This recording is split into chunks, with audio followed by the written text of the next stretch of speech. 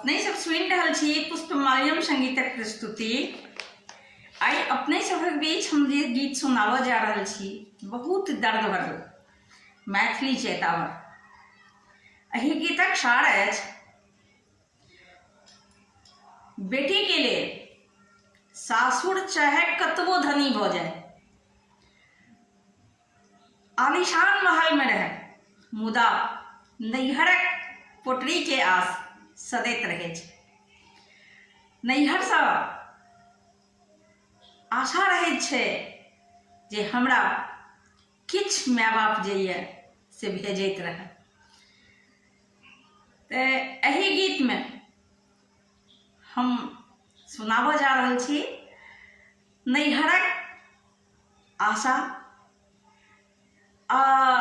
जँ नैहर से किछ नहीं आबै छै तऽ कतेक बेटी निराश भऽ जाइत छै।